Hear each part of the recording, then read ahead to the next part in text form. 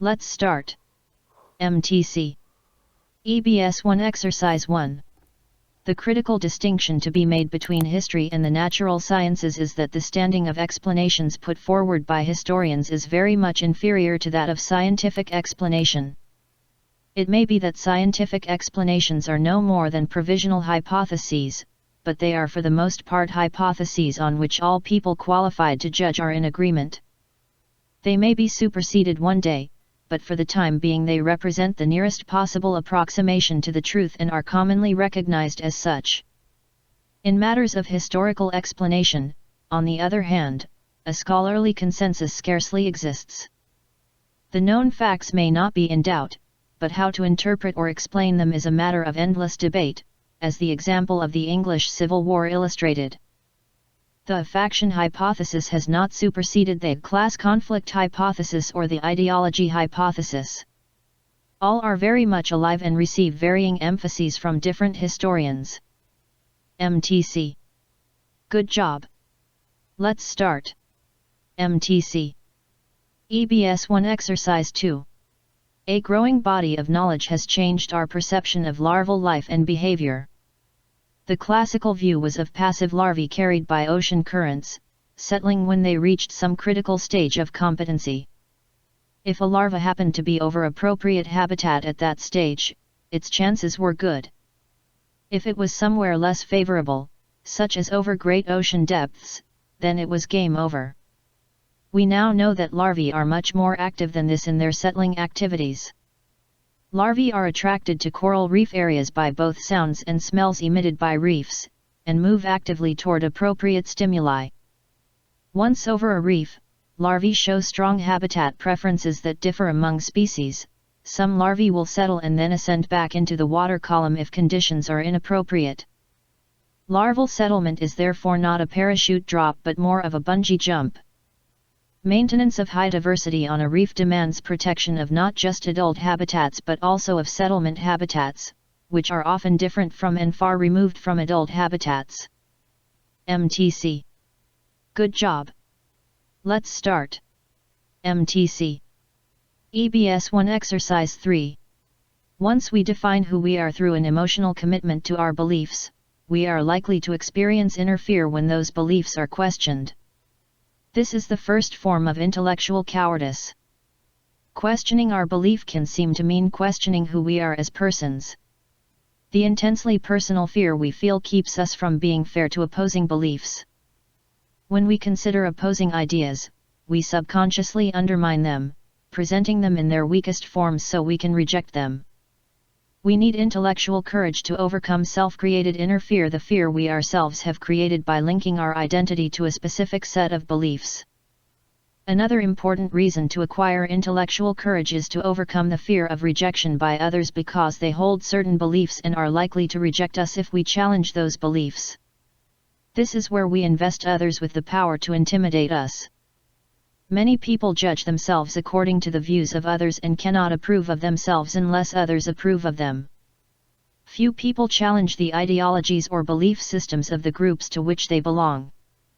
This is the second form of intellectual cowardice. Both forms make it impossible to consider either our own or others' ideas fairly. MTC. Good job. Let's start. MTC. EBS 1 Exercise 4. Human attention is always relative. When the activation of stimuli fails to attain a critical mass, we don't notice it. When a significant level of change occurs, or when sense experience corresponds closely to vestiges of previous experience in memory, we do.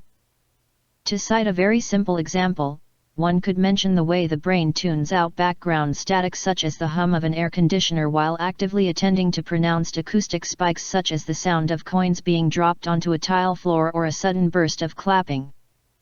We tend to notice the coins and clapping more than the air conditioner because the first two meet the threshold for attracting attention, while the constant hum of the air conditioner would likely result in decreased neuronal sensitivity due to the effects of habituation. Consequently, some incoming sensory images go unnoticed while others, having set off attentional tripwires, are allocated additional neural resources and break the surface of conscious attention. MTC. Good job. Let's start. MTC. EBS1 Exercise 5. In a wide range of animals, uncontrollable stressful events can induce a condition called learned helplessness. In mammals it is associated with low general activity, poor learning, disorders of sleep and feeding, and reduced immune status. It is considered an animal model of depression in humans. Researchers investigate learned helplessness in Drosophila, showing that this behavioral state consists of a cognitive and a modulatory, possibly mood-like, component. A fly, getting heated as soon as it stops walking, reliably resumes walking to escape the heat. If, in contrast, the fly is not in control of the heat, it learns that its behavior has no effect and quits responding. In this state, the fly walks slowly and takes longer and more frequent rests, as if it were depressed. This downregulation of walking behavior is more pronounced in females than in males. Learned helplessness in Drosophila is an example of how, in a certain situation, behavior is organized according to its expected consequences. MTC. Good job. Let's start. MTC. EBS1 Exercise 6.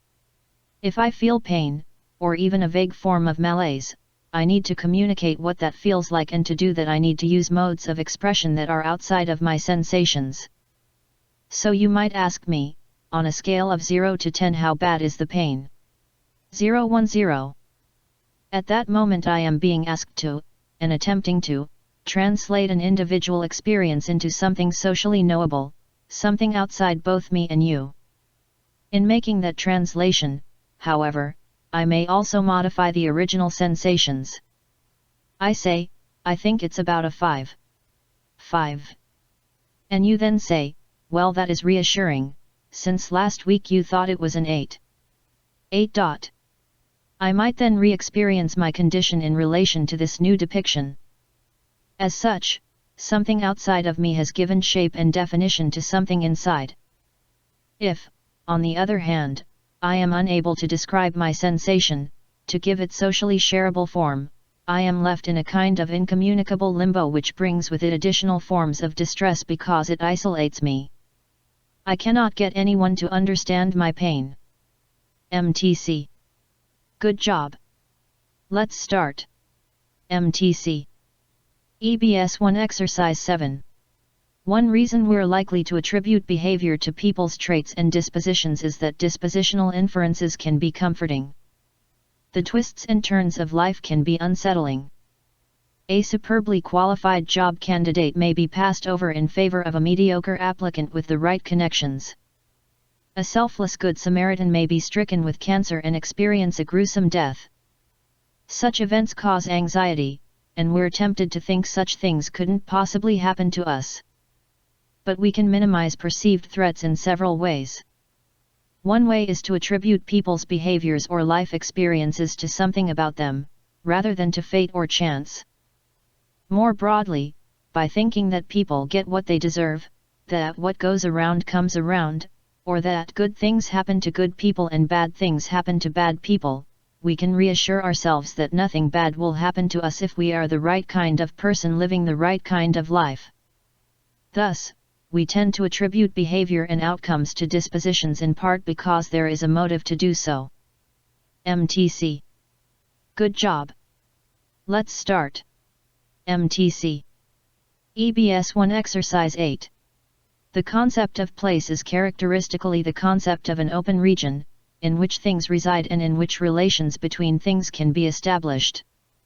The idea of place as it operates in talk of a place or square within a town provides a neat example of this. But such a place is itself constituted through the interrelation of the elements within it. The town square thus provides a bounded, oriented space within which the affairs of the town are brought into focus, in which particular buildings and activities take on a certain character and identity, in which individual persons are able to take on the role of citizens. But the character of the place is itself dependent on what is brought to focus within it. If we look to the larger region of the town as a whole, the character of the many particular places within the town is similarly dependent on the interrelation of places within the region as a whole, and the same is also true of entire landscapes. Thus, if one is to delineate the structure of a place or region, then what is required is to exhibit the structure of the region as a whole as it is constituted through the interplay of the various elements within it. MTC. Good job. Let's start. MTC. EBS 1 Exercise 9. In an American context, Jack Balkin has tried to explain law's resilience when faced with the interpretive claims of other disciplines. Jack Balkin. He argues, echoing earlier writers, such as Posner, that law is inherently weak as an academic field. Posner. It is highly susceptible to invasion by other disciplines. Although sociology is one such invader, the disciplines that, in the U.S., have recently been most successful in invading law have been economics, history, philosophy, political theory, and literary theory. Balkin claims that law is so easily invaded because it is less an academic discipline than a professional discipline. Balkin. It is a skills-oriented profession, and legal education is a form of professional education. Law does not have a methodology of its own. It borrows methodologies from any discipline that can supply them. On the other hand, because law is researched and taught in settings that are never far from the professional demands of legal practice, it cannot be entirely absorbed by any other discipline. MTC. Good job. Let's start. MTC. EBS 1 Exercise 10. If you happen to disagree about sports, it doesn't mean that you can't work through this conflict. Every once in a while, invite your non-fan to sit down and watch the game with you. Perhaps you can try to teach non-fans about the background of the sport or how it is played. Be patient, because you may be about to hit one of their pet peeves.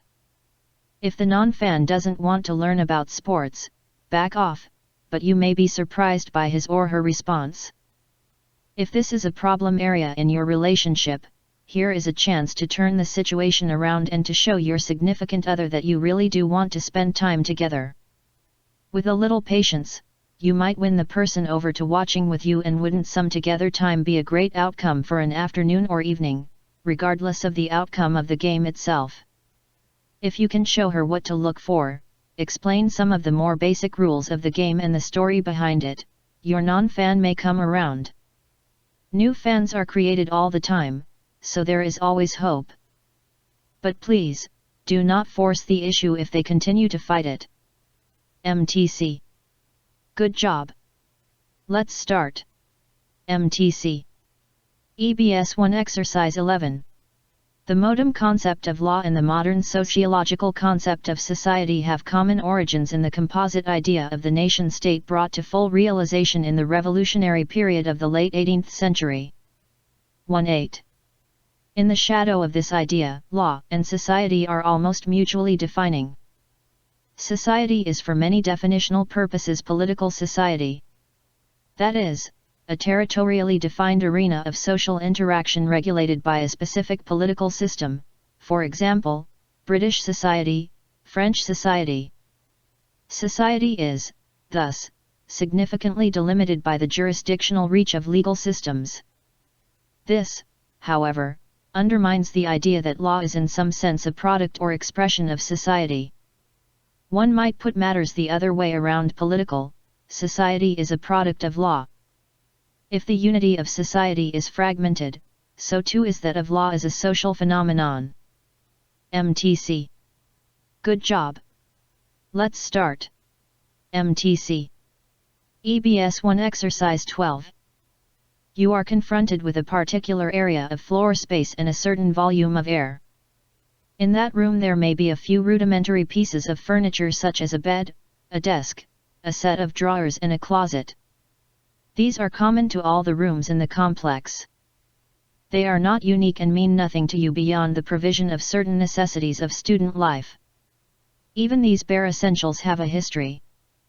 A close inspection may reveal that a former owner has inscribed her name on the desk in an idle moment between classes.